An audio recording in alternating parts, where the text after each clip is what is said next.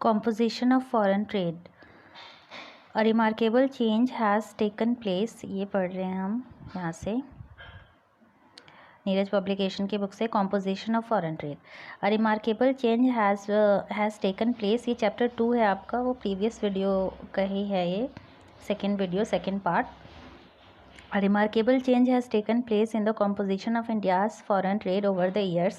बहुत सारे remarkable important changes जो है वो India's foreign trade के composition में देखे. composition में मतलब नई नई चीज़ें आई हैं, नई नई commodities आई हैं. जब भी composition की बात करेंगे तो composition से commodities को याद कर लेना कि नई नई चीज़ें जो हमारे इंडिया के लिस्ट में आई हैं over the years.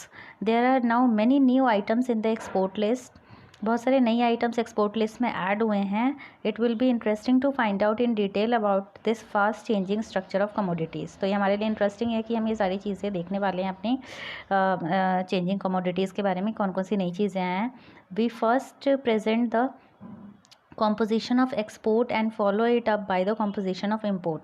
हम पहले एक्सपोर्ट देखेंगे, फिर उसके साथ साथ हम इम्पोर्ट देखेंगे. तो सबसे पहले हम क्या देखने वाले हैं, कॉम्पोजिशन ऑफ एक्सपोर्ट्स देखने वाले हैं. ये composition of exports.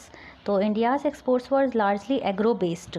During independence हमारा क्या था, इंडिपेंडेंस के बाद जो हम एक्सपोर्ट करते थे वो बेसिकली कैसा था, एग्रो बेस्ड था, एग्रीकल्चर पे बेस्ड था. ज़्यादा जो हमारे एग्रीकल्चर के प्रोडक्ट्स थे उनको हम एक्सपोर्ट करते थे. तो जो हमारा एक्सपोर्ट कैसा था, एग्रो बेस्ड. ये terminology you have to remember कि हमारा जो एक्सपोर्ट था वो एग्रो बेस्ड था. During 50s 3 principals traditional items कौन कौन से थे, textiles, jute products and tea accounted for 54% of country's exports. और ये जितना टोटल हम एक्सपोर्ट करते थे उसका 54% था. कौन कौन से आइटम्स से, 3 items, you have to write it down on your piece of paper. Jute product, tea and textile. ठीक है. फर्स्ट ऑफ ऑल यहाँ पे देखिए, textile, jute products and tea. Textile, jute products and tea, ये agro based economy during 50s हमारा agro based economy हमारी थी. और ये 3 प्रोडक्ट्स जो थे ये हमारे एक्सपोर्ट लिस्ट में थे. The contribution of all primary या traditional items was 85% of the total exports. और जो कंट्रीब्यूशन था प्राइमरी आइटम्स का, ट्रेडिशनल आइटम्स का, वो कितना था, 85% of total export. During this period stress was achieving of self sufficiency. और हमारा सबसे ज़्यादा ध्यान क्या था इस टाइम पे, हम सेल्फ सफिशेंट होना चाहते थे. मतलब हम अपने ऊपर ही निर्भर रहना चाहते थे, हम किसी और के ऊपर निर्भर नहीं रहना चाहते थे. और इसकी वजह से क्या था, हम एक्सपोर्ट्स तो एग्रो बेस्ड एक्सपोर्ट करते थे, लेकिन हमारा इंपोर्ट जो था वो बिल्कुल ही न के बराबर था. In all field and hence restrictions were imposed on imports. तो हमने उस टाइम पे क्या लगाया हुआ था, रिस्ट्रिक्शंस लगा रखी थी इम्पोर्ट पे, एलपीजी रिफॉर्म्स के पहले, मतलब 1991 के पहले. However the need of industrialisation was also acutely felt. तो इसीलिए क्या हुआ, हमारे जो इंडस्ट्रियलाइजेशन है वो फेल हो गया. मतलब इंडस्ट्रीज़ को हम आने ही नहीं दे रहे थे, हम चीज़ें इंपोर्ट ही नहीं कर रहे थे. इंडस्ट्रियलाइजेशन जो हमारा था वो क्या हो गया, फेल होने लग गया.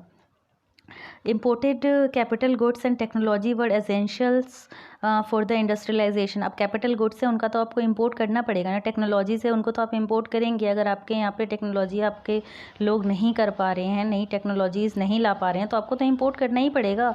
और इंडिया का तो दिमाग भी वैसे ही है कि आपको, मतलब यहाँ पे टेक्नोलॉजी हमारा इतना नहीं है. The country did not have the up-to-date technology, capital goods and raw materials required for the fast industrial development. तो हमारे जो कंट्री है उसके पास क्या थी, अप टू डेट टेक्नोलॉजीज़ नहीं थी, कैपिटल गुड्स नहीं थे, रॉ मटेरियल्स की रिक्वायरमेंट थी. तो इसके लिए हमारा जो इंडस्ट्रियल सेक्टर था वो क्या, डेवलप नहीं हो पा रहा था. Hence, it was soon realized that only import of necessary technology, machinery and crucial raw material could lay the foundation of the industrial progress, or this will also generate the export production for the earning the badly needed foreign exchange. The exports could be for the entire world markets. तो हमारे को gradually ये realise हो गया कि हमारा जो export है वो भी तब भी बढ़ेगा जब हम इंपोर्ट्स को बढ़ावा देंगे. इंपोर्ट्स में हम उन चीज़ों को, टेक्नोलॉजीज़ को इंपोर्ट करेंगे, रॉ मटेरियल्स इंपोर्ट करेंगे, मशीनरीज़ वगैरह इंपोर्ट करेंगे, तो ही हमारा एक्सपोर्ट भी बढ़ पाएगा. अगर सेल्फ सफिशेंसी भी चाहिए तो आपको ये चीज़ें तो इंपोर्ट करनी ही पड़ेंगी. तो during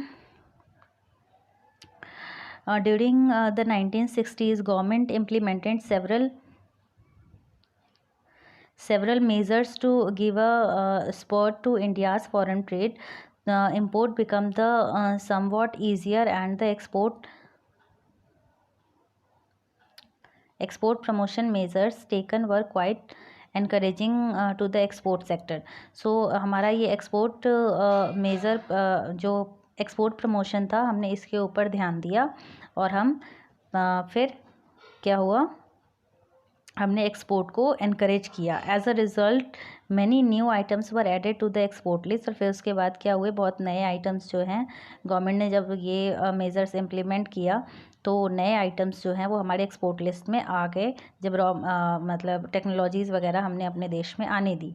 the share of traditional item in the export also showed a slow decline in the terms of percentage of exports. तो जो ये शेयर था ट्रेडिशनल आइटम्स का, वो डिक्लाइन होने लगा धीरे धीरे, क्योंकि जो नए आइटम्स है वो एक्सपोर्ट लिस्ट में आने लग गए, लोग उसकी तरफ भागने लगे. On the other hand the share of iron, steel, machinery, transport equipments, non metallic minerals products and chemical begins to show a rise. और ये सारी चीज़ें हमारी क्या हो गई, ये ऊपर आने लग गई. और जो हमारा एग्रो बेस्ड इकॉनमी था और ट्रेडिशनल आइटम्स जो मेनली हम एक्सपोर्ट्स करते थे, वो हमारी क्या हो गई, स्लो डाउन होने लग गई.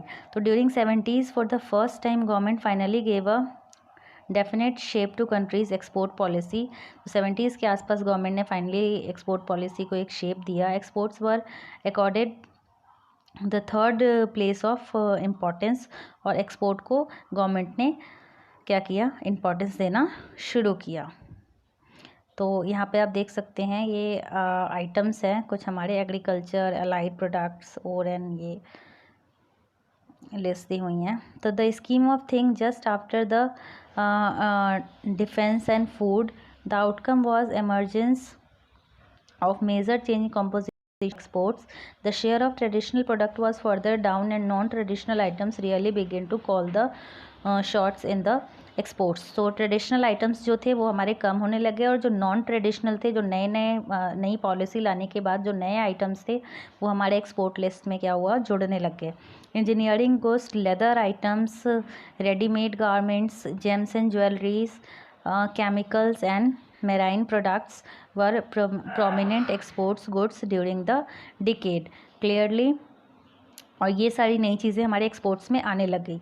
आपको ये सारी चीज़ें याद करनी पड़ेंगी. पहले हमारी देखिए, इसमें जो इसकी समरी हम बनाएंगे उसमें यही है कि हमारी जो पहले इकॉनमी थी ड्यूरिंग 50s वो कैसी थी, एग्रो बेस्ड इकॉनमी थी. ड्यूरिंग 50s हमारी इकॉनमी कैसी थी, एग्रो बेस्ड थी. 1990 पहले से की बात हो रही है और 1990 के बाद की बात हो रही है. 1991 के पहले की 1991 के पहले की बात हो रही है, 1991 के बाद की बात हो रही है. 1991 से पहले क्या था, हमारी इकॉनमी क्लोज थी. 1991 के बाद हमारी इकॉनमी ओपन हुई. किसने ओपन किया हमारी इकॉनमी को, हमारे फाइनेंस मिनिस्टर उस टाइम पे डॉक्टर मनमोहन सिंह थे, उन्होंने हमारी इकॉनमी ओपन की. और किसके नेतृत्व में किया, उस टाइम पे जो हमारे प्राइम मिनिस्टर थे वो पीवी नरसिम्हा राव के उसमें किया था, नेतृत्व में किया. सो बेसिकली हमारा यही है. फिर उसके बाद क्या हुआ कि नए मतलब जब हम अभी फ़िलहाल तो 1991 से पहले की ही बात करें, उसी टाइम पे इन्होंने ऐसे मेजर्स लिए कि ये जो नए आइटम्स है, जैसे ये leather items, readymade garments, James, engineering goods, jewellery, chemicals, marine products, prominent export during the decade, ये सारी चीज़ें क्या हुई उस टाइम पे, ये ट्रेडिशनल आइटम्स से शिफ्ट होकर के नई पॉलिसीज़ लाने के बाद इन आइटम्स का एक्सपोर्ट बढ़ने लग गया. सो अब फिर क्या होगा, धीरे धीरे ड्यूरिंग तो ट्रेडिशनल आइटम क्या एक्सपोर्ट जो है वो क्या हुआ, कम होने लग गया. Clearly the export of manufactured commodities showed great upward movement. तो मैन्युफैक्चर्ड कमोडिटीज़ जो हैं वो दिखने लग गया कि जो मैन्युफैक्चर करके जो कमोडिटीज़ है ये इनका अपवर्ड मूवमेंट होने लग गया as compare to traditional items. तो the share of manufactured products to total exports improve drastically. और ड्रास्टिकली क्या हुआ, मैन्युफैक्चर्ड प्रोडक्ट्स थे इनका ट्रेडिशनल आइटम से हट करके मैन्युफैक्चर्ड प्रोडक्ट्स जो थे इनका एक्सपोर्ट ड्रास्टिकली बढ़ा, एकदम से बहुत तेज़ी से बढ़ा. The export foreign exchange earners during this period were James and jewellery, readymade garments, engineering goods, leather items, marine products, chemical etcetera. और एक्सपोर्ट्स कौन कौन से आइटम्स का था, फॉरेन एक्सचेंज में सबसे ज़्यादा रोल किसका रहा, जो हमारा ड्रास्टिकली इन्हीं गुड्स का एक्सपोर्ट बढ़ा तो ऑब्वियसली इन्हीं का रहा होगा। तो फॉरेन एक्सचेंज में इन लोगों का इन गुड्स का बहुत ज़्यादा रोल रहा। किसका, जेम्स एंड ज्वेलरी का, रेडीमेड गारमेंट्स का, इंजीनियरिंग गुड्स का, लेदर आइटम्स का, मैराइन प्रोडक्ट्स का, केमिकल का। So you have to remember all these items of exports. So यहाँ पे हम देख लेते हैं, ये टेबल है कॉम्पोजिशन ऑफ एक्सपोर्ट्स का किस तरीके से हमारा रहा। देखिए 1960 से लेकर के 61 तक की बात कर रहे हैं एग्रीकल्चर एंड अलाइड प्रोडक्ट्स की। वहाँ पे हमारा एक्सपोर्ट का शेयर था वो धीरे धीरे क्या है बढ़ ही रहा है। यहाँ पे 71 में बढ़ा, फिर 1980 टू 81 में बढ़ा, 91 में, फिर यहाँ से देखिए ये यहाँ तक तो ये धीरे धीरे बढ़ा, फिर कैसे ये ड्रास्टिकली बढ़ने लग गया 1992 के बाद से। आप देखिए 1991 तक तो इतना ही रहा, क्योंकि उस टाइम पे हमारी पॉलिसी बस आ ही रही थी, हम उसके लिए प्लानिंग ही कर रहे थे। फिर 1992 से ये 1992 तक का ही डेटा है। देखिए कैसे ड्रास्टिकली ये जो है हमारा एक्सपोर्ट बढ़ रहा है। फिर दूसरे ओर्स एंड मिनरल्स, यहाँ पे ये भी ग्रेजुअली बढ़ ही रहे थे, लेकिन फिर जब पॉलिसी आ गई तो हमारा क्या हुआ, ड्रास्टिकली बढ़ना शुरू हो गया। Textile, fabrics and the manufacturers, ये भी देखिए धीरे धीरे बढ़ रहा है, बट 1992 में ये ड्रास्टिकली बढ़ना स्टार्ट हुआ। लेदर एंड लेदर मैन्युफैक्चरर्स, ये भी ड्रास्टिकली यहाँ से आप देखेंगे 1991 के बाद से। जेम्स एंड ज्वेलरी, पहले 1 करते थे, फिर 45, फिर 1618, फिर यहाँ से 8000 हो गया सीधे 1992 के बाद से। केमिकल एंड अलाइड प्रोडक्ट्स, ये भी ड्रास्टिकली बढ़ रहे हैं। मशीनरी, तो मतलब इकॉनमी ओपन करने का कितना बड़ा फ़ायदा हुआ, बैलेंस ऑफ पेमेंट को कितनी हेल्प मिली। मैंने machinery, transport and metals manufacturers, ये भी यहाँ से पहले कितना कम था, फिर ड्रास्टिकली बढ़ा। मिनरल्स, फ्यूल्स एंड ये लुब्रिकेंट्स इंक्लूडिंग कोल वगैरह। सो टोटल जो है ये आप देख सकते हैं यहाँ पे किस तरीके से हमारा एक्सपोर्ट है। ये टेबल से मतलब कैसे बढ़ तो रहा है, जिस टाइम पे इकॉनमी क्लोज थी उस टाइम पे भी बढ़ रहा था, बट उस रेट से नहीं बढ़ रहा था, ठीक है, उस प्रपोर्शन में नहीं बढ़ रहा था जैसे डबल हो रहा है, ठीक है। लेकिन ड्रास्टिकली कब बढ़ा, जब हमने अपनी इकॉनमी ओपन की। फिर नेक्स्ट पेज है, हम इस पे आ जाते हैं, ये नेक्स्ट वीडियो में कवर करेंगे, अदरवाइज़ वीडियो लंबा हो जाएगा।